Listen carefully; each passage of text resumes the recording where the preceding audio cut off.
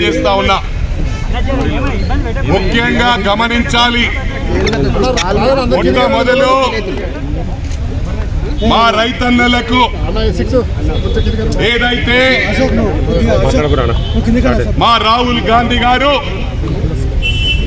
మా అన్న గౌరవ ముఖ్యమంత్రి రేవంత్ రెడ్డి గారు రుణమాఫీ చేస్తానన్నాడో అదే దిశలో పోతా ఉన్నాము. ఇది గమనించాలి.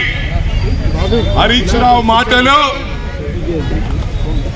కల్వకుంట్ల కుటుంబం మాటలు నమ్మకండి. మీరన్నీ కూడా వీడియో క్లిప్పింగ్స్ ఉన్నాయి.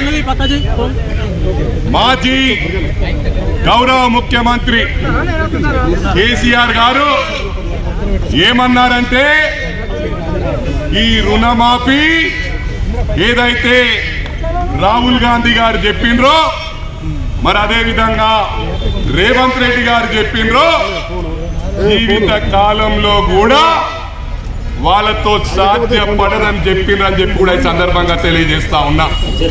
అంటే రైతన్నలకు విజ్ఞప్తి చేస్తా ఉన్నా, ఒకటి గమనించాలి. ఈ టిఆర్ఎస్ పార్టీకి, ఈ బీఆర్ఎస్ పార్టీకి రుణమాఫీ కావద్దని ఉన్నది. వాళ్ళకి ఏదైనా ఉంటే ఈరోజు ప్రజలు ఇచ్చిన తీర్పు ఈ ప్రభుత్వానికి మంచి సూచనలు ఇవ్వచ్చు. ఏదైనా ఉంటే మా గౌరవ ముఖ్యమంత్రి గారికి సజెషన్స్ ఇవ్వచ్చు. ఈ విధంగా అయితే అని మేము అమలు చేస్తా ఉన్నాం. గౌరవ ముఖ్యమంత్రి గారు స్ట్రిక్ట్ గా చెప్పాడు, ఏ గ్రామంలో సిద్దిపేట నియోజకవర్గంలో ఏ గ్రామంలో అయినా technical problem, Aadhaar cards problem ఏదైనా ఉంటే డిసిసి ఆఫీస్ సిద్దిపేటలో ఉంది. తుమ్కుంట నర్సారెడ్డి గారు అధ్యక్షులు, జిల్లా పార్టీ అధ్యక్షులు, మీరు నేరుగా ఆ ఆఫీస్కు రావచ్చు. మరి అదే విధంగా నియోజకవర్గ ఇన్ఛార్జ్ హరికృష్ణ గారి క్యాంప్ ఆఫీస్ ఉంది. అక్కడ కూడా మనుషులు ఉంటారు. మీరు ఏ గ్రామంలో అయినా సిద్దిపేటలో రైతన్నలకు ఇబ్బంది ఉంటే అక్కడ తెలియజేయండి.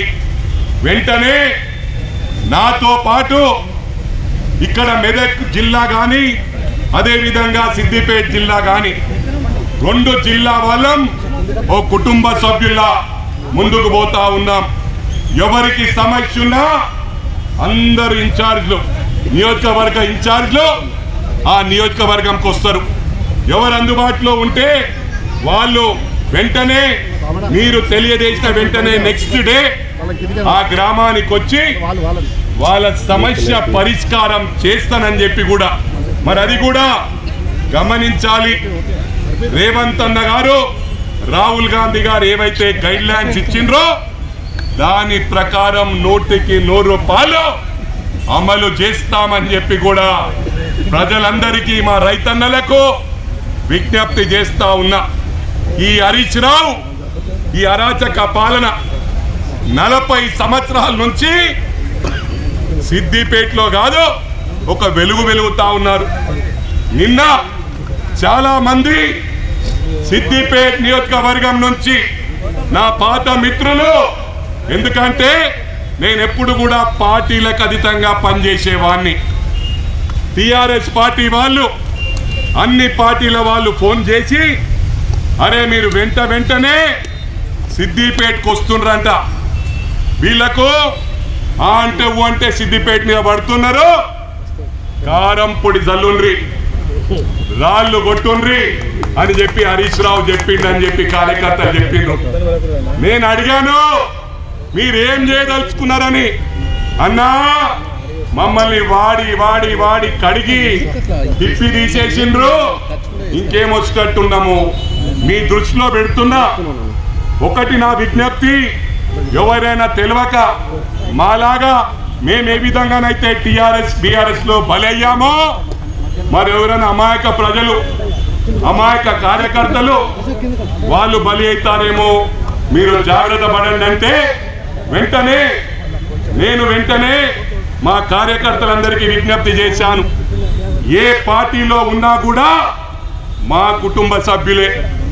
గతంలో కూడా హరీష్ రావు ఇదే విధంగా కొంతమంది కార్యకర్తలను 10 సంవత్సరాల క్రితం కొడితే ఈ గడ్డ మీదకి వచ్చి చెప్పాను, ఏ కార్యకర్తనైనా కొడితే వాళ్ళు మా కుటుంబ సభ్యులే, వాళ్ళని మనము చక్కగా హరీష్ రావు మీద దాడి చేస్తామని చెప్పిన. నిన్న కూడా అదే చెప్పినా, ఎవరైనా కారం పొడి కానీ రాళ్ళు కొడితే హరీష్ రావునే గిరావు చేసి ఆయన కంట్ల కారం కొడతాము, రాళ్ళు కొడతామని చెప్పి సందర్భంగా తెలియజేస్తా ఉన్నా. ఇది గమనించాలా. మీరు చాలా ఉద్ధరించినము, పడగొట్టినామనుకుంటుర్రు. పడగొట్టింది ఏమీ లేదు, లక్షల కోట్ల స్కాము. మీరేమో అనుకుంటుర్రు, రేవంత్ అన్న ఏమంటలేడు, ఈ ప్రభుత్వం ఏం పట్టించుకుంటలేదు. మళ్ళా ఇంతకుముందు గతంలో 10 సంవత్సరాలు ఆడిందే ఆట, పాడిందే పాట. మళ్ళా మన రాజ్యమే అనుకుంటున్నారు. సవాలే లేదు.